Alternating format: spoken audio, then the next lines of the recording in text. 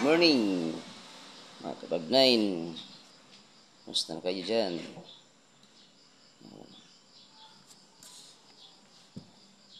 Kabag-9, duty tayo mga kabag-9. Yung iba, mag-off duty na.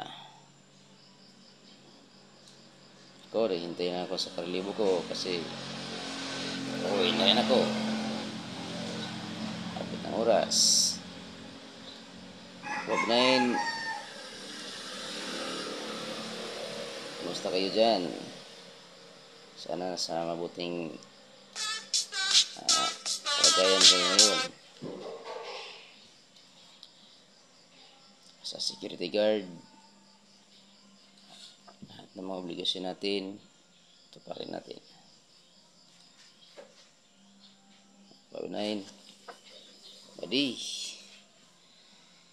mga kabady, musta ang duty natin? Hindi ba critical ang post natin? Sa akin, okay lang post ko dito. Hindi masyadong critical. Kasi nandito ako sa lugar namin. Malayo sa syudad. Dito lang tayo sa province na duty. Nung dati, doon ako sa Surigao City, syudad mismo, nag-duty. Pero ngayon, nandito na ako sa province namin, sa lugar namin. Medyo hindi na critical. Sa awa ng Diyos.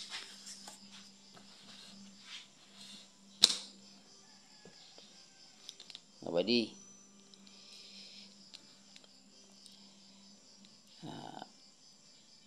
sa ngayon, tipid-tipid muna tayo kasi malayo pang sahod. Iwan ko lang sa inyo kung kailan ang sahod ninyo. Pitsa 15 na ngayon. So yung sa amin, 1 to 15, yung sahod namin, pitsa 20. 16 to 30, pitsa 5. 5.20 yung sahod namin dito. Kaya magtipid-tipid muna para maabot ng sahod ang pira. Makasya pa ang gastos pamilya, ang baon ng mga bata,